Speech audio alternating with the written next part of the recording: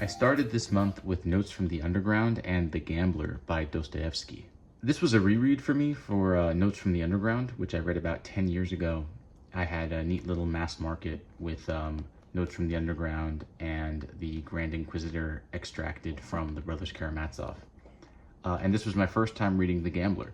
I didn't really know what to expect from The Gambler going into it. I knew it had been published after Crime and Punishment, and so that's like quite a lofty thing, you know, to be the follow-up to one of the greatest novels in sort of our history. Notes from the Underground has two parts.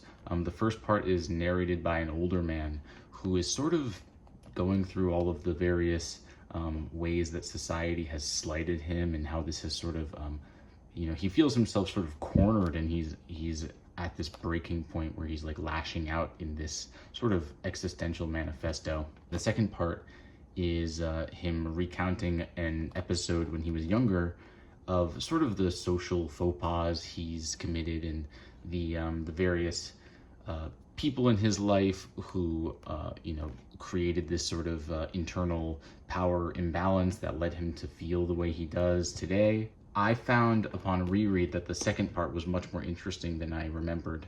I think I read this book a long time ago, and so when I was younger, the opening part was really compelling. But today, or this month, I found the second part to be way more like predictive of a lot of the fiction I have gone on to read and enjoy in the years since. As I said, I didn't know so much about The Gambler going into it, but it's certainly more, I don't want to say lighthearted, but it definitely plays more into the comedic side of things, as opposed to the sort of more higher philosophical and religious problems that some of Dostoevsky's larger books deal with. The Gambler is about a gambler. It's about a group of gamblers. They're all various travelers who have met at a casino in Germany, and they've sort of formed like a gambling troupe that's headed by a man they call the General. And the General is sort of, you know, they've all had bad luck, and they're anticipating this windfall from the General's grandmother, who they hear is dying back in Russia. And so they'll receive her inheritance, and they'll have more money to go on and continue gambling. But the sort of inciting incident in this book is that not only is the grandmother not sick and dying, she shows up at the casino, and she quickly becomes addicted to gambling herself, and you know, they all lose all their money, and it's you know, no more gambling. This book is, I think, inspired from Dostoevsky's own travels to Europe to various casinos. There's a lot of stuff in here on roulette, and the method or the approach to gambling is very like well thought out, and they go into it, you know, the various superstitions and things like that. And there's really great character work here too. You know, all these characters are from different countries, and they all have like various different like strong flavors. This novel, I really enjoyed reading it. I thought it was really like fast paced, and there's this great sort of unrequited romantic relationship between the narrator and a woman named Polina, and the various romantic entanglements between the members of this gambling troupe, which pays off in the end with an epilogue scene years later where the narrator reunites with one of these gamblers, this British man named Mr. Astley, and he's able to sort of give an update on how everyone has fared in the years since their gambling. And of course, we're left to understand that regardless of the personal relationships or the successes or the failures of you know, any particular bout of gambling, the narrator is probably going to continue. He is left sort of destitute and doesn't seem so interested in any sort of personal growth at all, which, you know, brings it back into Dostoevsky, you know, the sort of human nature side of things. My big reading project for July was the Alexandria Quartet by Lawrence Durrell, which I've talked about before. I've been really excited to read for a long time. I've had these books since I worked at a used bookstore, and they came in this nice box in almost pristine condition. And so I finally, you know, things finally aligned for me to find the time to dive into this quartet. These books involve various characters who are living in Alexandria in the years leading up to and directly following the Second World War. It deals a lot with intellectualism and psychoanalysis. These characters all have really rich interiorities that they are sort of trying to understand, and we learn more about the inner lives of these characters through various letters and journal extracts and published novels, things of that nature. And so the first three books here, they sort of detail the same series of events or the same time period, but we get different perspectives, or we find, they find letters from other characters, or we're sort of given a different character's opinion or point of view on a situation. It's not that the same scenes are repeated over and over, it's that the various characters sort of build up the same time period, and sort of missing pieces are filled in, and the picture becomes quite clear. And then Clea, the last book, takes place some years after, and we get sort of the closure of this series of events, and we see how everything has ended up for these characters. Justine was a really good start to this series. There's this really high intellectual, like academic prose style that Durrell uses, and it makes all these like romantic relationships. They have this sort of like dry intellectualism that makes it seem that everything is sort of understood crystal clear. There's this very strong, interior sense of confidence that is sort of expressed outwardly through these relationships. And even though people are sort of manipulating each other and engaged in these things, there's some sense of a higher understanding behind everyone's actions. The narrator here is a writer, or someone who wants to be a writer, who is a professor of sorts in Alexandria, and he gets swept up in this like love triangle when this woman Justine comes to his lecture, and she seduces him. He gets involved with her and her husband Nassim, who is sort of an Egyptian diplomat, and they have these various intellectual conversations, and they engage in romantic escapades. This leads to a culminating event at the end of the book, where the relationship of Justine is this big mysterious figure, and there's use of a book that was published and written by Justine's first husband that provides more light into sort of Justine's various neuroses and her personal history. And the end of this book, there's this big climactic episode, and this is what all of these events have sort of led to.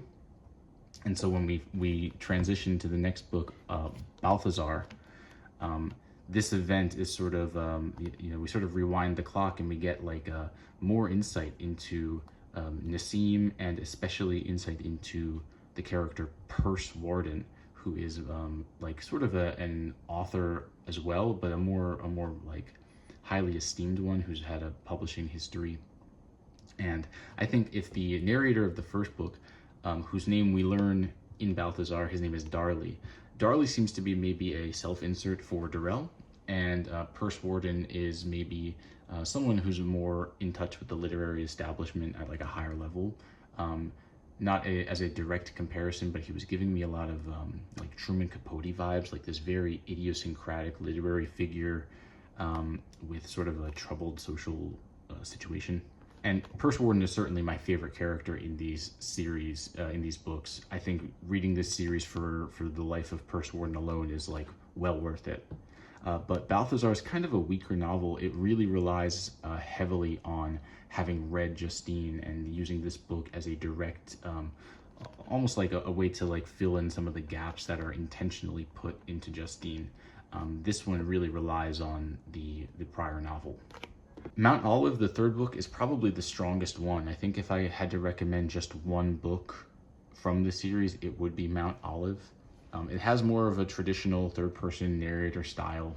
The character Mount Olive is a British diplomat who goes to Alexandria, and he meets Nassim and his brother Nowrouz, and he has a love affair with their mother Layla. And so he is sort of working behind the scenes, and through him we learn a lot about the outside of the personal relationships that we explore in the first books. We get more of the political background. because obviously the threat of World War II is very, it weighs heavy on these books. And so we get a lot of that through Mount Olive. Again, there's really, really strong stuff in here about Purse Warden, and the end of this book, there's like the sort of the end to the relationship between Mount Olive and Layla. There's this really, really strong scene, really like visceral writing, really like physically impactful stuff that was really powerful. I really, really loved that part, and that will stay with me, if nothing else will, from the Alexandria Quartet. I thought this book was phenomenal. In Cleo, we get to see where everyone has sort of landed. We've returned to Darley's narration from the first books, and we get to see how the war has affected people. Everyone has like strange, like disfigurations. Like people are missing eyes and missing teeth, and like their skin is changed, and hair has changed colors. So there's this very strong influence of the war on the physical beings of these people, which is really nice to show. These books are so focused on the interiorities of these people that seeing like a physical manifestation after years of this sort of strife is really powerful. It pays off really well, I think. We get the conclusion to a lot of the character stories, the characters who have survived the war in any case. But again, because this is like a conclusion, this book really relies on paying off the plots that were set up in the first three books. And so I thought it was a very satisfactory conclusion, but I don't know if it's as strong as a single piece.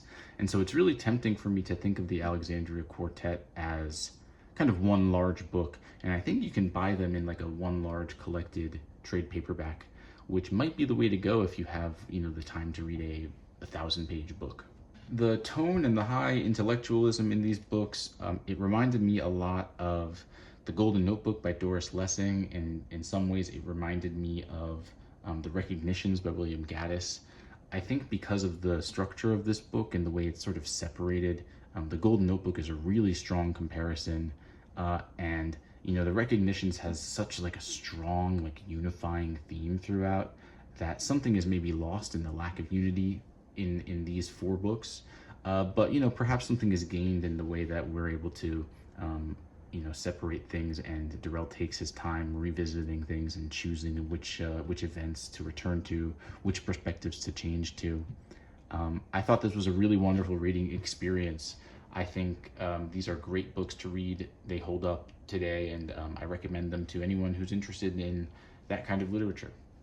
After that, I read the stories of Breece DJ Pancake, who was a short story writer from West Virginia, which is really, really important to know when you read his stories. West Virginia plays a really, really key role in all of his writing. And unfortunately, he died quite young. He took his own life, I think, when he was 26. But he was writing in the late 70s, and this collection has been around since 1983. So this book, this collection of stories, a lot of people know, and a lot of people have a lot of praise for these stories. And I was really excited to give them a try myself. In the foreword here by James Allen McPherson, who knew Pancake personally, he tells like a nice story about Breece and how he was sort of this universal giver. He was always giving gifts to people, these really like inexplicable gifts that would inevitably leave the receiver nonplussed and with no idea how to return the favor, or if a return was even wanted in this exchange. And so this openness and this giving, it does a lot to sort of paint a picture of the writer. And when you see these stories, that really comes through.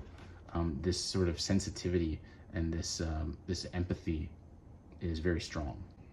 The characters in these stories they're all dealing with a sense of loss in some way, loss of home, loss of loved one, loss of innocence, and they're very, very detail-oriented and emotional stories. The first story in here, Trilobites, has a lot of really great writing about the land of West Virginia. Um, and I think this story has been anthologized a bunch. This might be his most famous story. I thought this one was wonderful. The Fox Hunters is, I think, the longest story in here, and it has a really wonderful pace. The slow pace really pays off. These people end up camping together who don't necessarily know each other or like each other, but they're sort of engaged in this mutual exchange of like brags and falsehoods, but played out with the hunting. It's really like nice. A really nice scene. I really enjoyed that story too. And in all of these stories, the South, the feeling of the South really comes out strongly, and you get the sense from the sort of front and end matter that was really important to Breece Pancake. It was really important that he sort of remained true to his roots as a West Virginian, and as someone who wasn't necessarily well off financially as well. These stories have a really strong flavor of the sort of tradition of the American short story, and I think it's key that he relies on the environment and the setting of West Virginia so strongly. I think it's really key because otherwise I think it would get easy for me to maybe confuse these stories down the road with like another writer in the same, who uses the same sort of flavor. Like I could imagine myself trying to remember the Fox Hunters in the future, and I can't remember if this was by Breece Pancake or by Barry Hannah or Rick Bass or somebody like that. Like I think the setting is strong enough to hopefully in the future I'll be able to recall with clarity that these stories came from this collection, which I think was really strong. I read The Hunting Gun by Yasushi Inoue. Inoue is one of these Japanese writers who has written tons of books, and only a handful have been translated into English. I think in the back, he says here he has 50 novels and 180 novellas, and I want to say maybe like 8 or 9 of those books have been translated into English. But he's a really, really wonderful writer, and I think The Hunting Gun is incredibly strong. This was one of my favorite books of the year, The Hunting Gun. We have like a 2 or 3 fold framing device in this book. The book is written by a man who we imagine maybe to be a writer like Inoue, the sort of I-novel figure from Japanese literature, who has he has written a poem that was published in a hunting magazine. This poem is about a hunter. It's about a hunter he saw when he was in the country. He saw a man and was inspired to write this poem. The author receives a letter from a man who believes that he was the hunter. He was the hunter who was seen and the poem was about. And because of this connection between the two of them, this hunter feels compelled to send along 3 letters he has received that, and sort of like open his entire personal life to this writer, to this poet. And so we get the original writer, we get the letter from the hunter, and then we get 3 letters from the various women in the hunter's life, and these 3 letters make up the bulk of the book here. So we get 3 letters. The first letter is from Shoko, the second is from Midori, and the last is from Saiko. Saiko is a woman that the hunter has been having an affair with for a long time. Midori is the hunter's wife, and Shoko is the daughter of Saiko from a previous relationship. And at the point of these letters, Saiko is ill and dying. And as she's dying, the truth of this illicit relationship is sort of made clear, and how much everybody knew and when, and their sort of personal feelings is laid bare in these 3 letters. And the strong point, the centerpiece of this novel, the really like perfect part, is the final letter from Saiko. She has this very strong opening to her letter, where she's understanding that her death is coming, and she's writing this letter that she knows will be delivered posthumously. And because of that, it gives her this strange power and this clarity, and she's expressing how wonderful it is that though she will be gone, she will be reborn for the 15 or 20 minutes it takes to read this letter. It's a part of her life. It's part of her that is waiting to be lived. when the letter is delivered and read. That writing was so strong and moving. I loved this book. I thought this book was so pleasant and so classically Japanese. I couldn't believe how great it was. Inoue, I've read 2 of his books now in these Pushkin Press books. I've got a couple more of his in translation. He's remarkable. If you get a chance to read any of his books, I really highly recommend Inoue, and I can recommend The Hunting Gun very strongly. This was a wonderful read. I read The Netanyahus by Joshua Cohen. This one has been on my radar for a few years now, and I was waiting for a good time to pick it up. This book mixes fact and fiction in a really interesting way, and it mixes like traditional narrative with like essays about like Zionism and the history of Israel and stuff. The book is about a Jewish professor who moves to upstate New York, and he's given the task of hosting and touring and interviewing a potential new professor from Israel.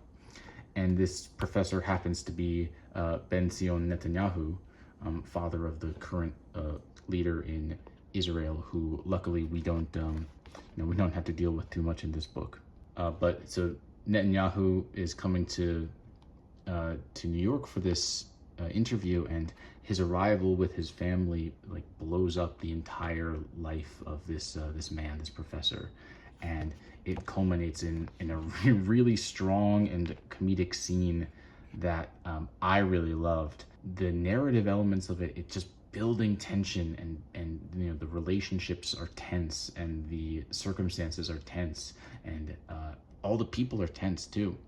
It's sort of this tension and then this release with these various interstitial essays about, as I said, Zionism, and the state of Israel. It's just this tension and release, and then this explosion at the end, which was really lovely. I had a lot of fun reading this book. Certainly I reacted physically to this book. I felt myself getting tense. There is an epilogue or an afterword here, credits and extra credit by Cohen, who explains how this book is inspired by real events, and that the professor of this book is based on Harold Bloom. And a lot of this is things he gleaned from Bloom in the last years of Bloom's life.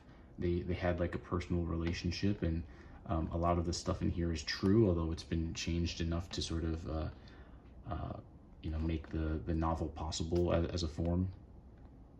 And that just tickled me as well. I thought that was a really funny thing, and it paints the novel in such a different light.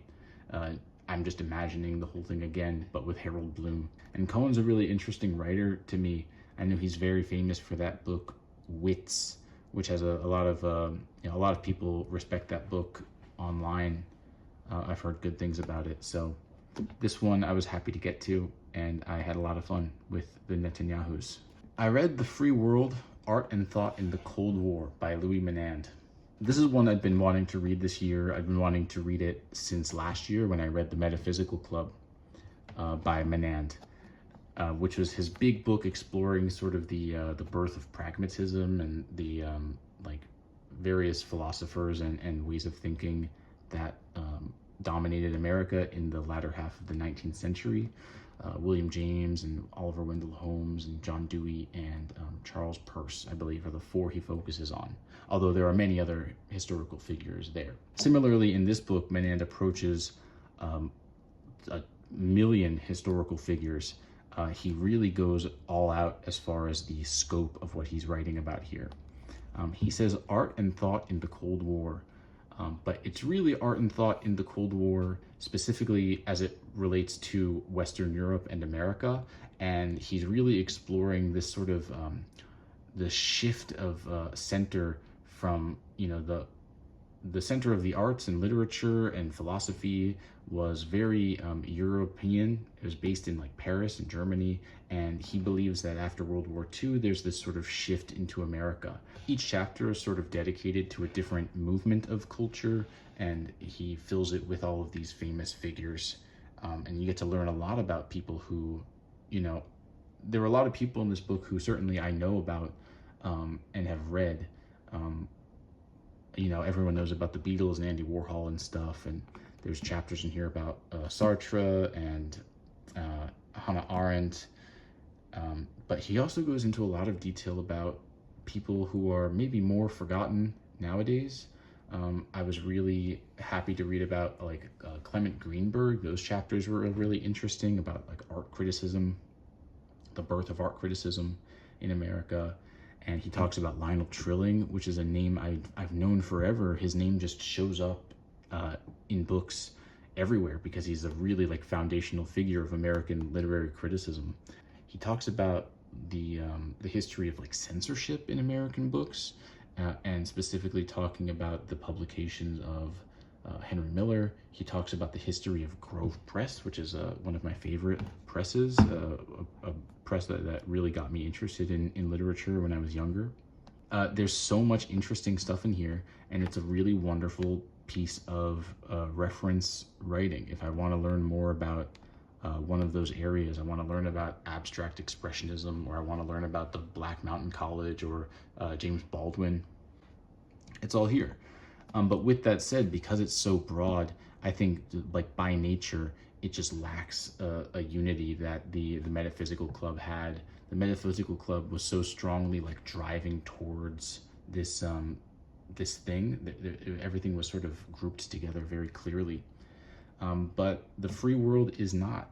We sort of get this opening chapter about the coinage of the term Cold War with George Kennan. Yeah, there he is. We get George Kennan and sort of the history of American politics at the end of the Second World War, onset of the Cold War. And then it ends with sort of the student movements in the outbreak of the war in Vietnam. And he just sort of uses these two as like a beginning and end point. And in between, he starts going through these like bits of culture chronologically and how they interplay with each other. But that gets really like interrupted by the second half, and the timeline gets a little more muddled. And so I just found myself wondering how much of this really belongs together. You know, of course, there are bits of culture that were left out, like choosing which parts were left out and which parts were included. When you get like to something this size where there's no clear unity, it does seem a bit arbitrary, but the writing is really clear. Menand is it's a huge undertaking to aggregate all of this stuff and put it in such a clear, cohesive book. And the writing is really clear, and Menand isn't afraid of voicing his cynicism regarding various art movements or the merits of any given writer or artist, or director or whoever. But I just wish it was a little bit maybe tighter. So in the future, this will be something, if I want to revisit, it'll probably be chapter by chapter as opposed to a reread of the whole book. Lastly, I read Slow Learner with the soon to be published Shadow Ticket. I've got it in my head that maybe I want to reread some of Pynchon's earlier stuff. I read V a long time ago and Lot 489 a long time ago. Against the Day and Mason and Dixon are the ones I haven't read, and so those are two huge books, two huge things to tackle, that there's no way I'm going to be able to do that by October or whenever Shadow Ticket comes out. But I thought it would be nice to, look at where Pynchon started.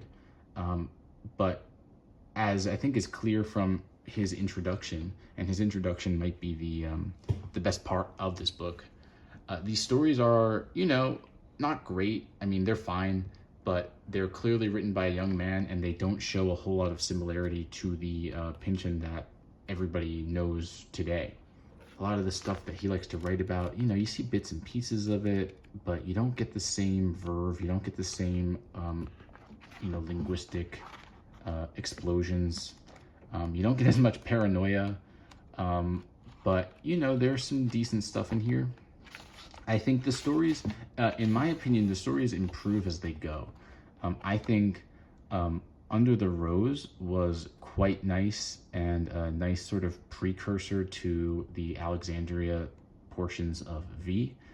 And then The Secret Integration is a really great story. It's probably the best bit of writing in here, and it would be worth the price of admission. That and the introduction alone is worth getting this book. But The Secret Integrations also, it's lacking a little something, a little Pynchonian something. despite how strong it is.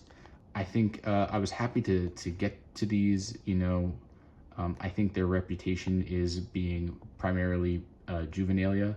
So, read this book if you're a Pynchon completionist, if you really want to read everything by him and see where a lot of his ideas came from. I can recommend this book.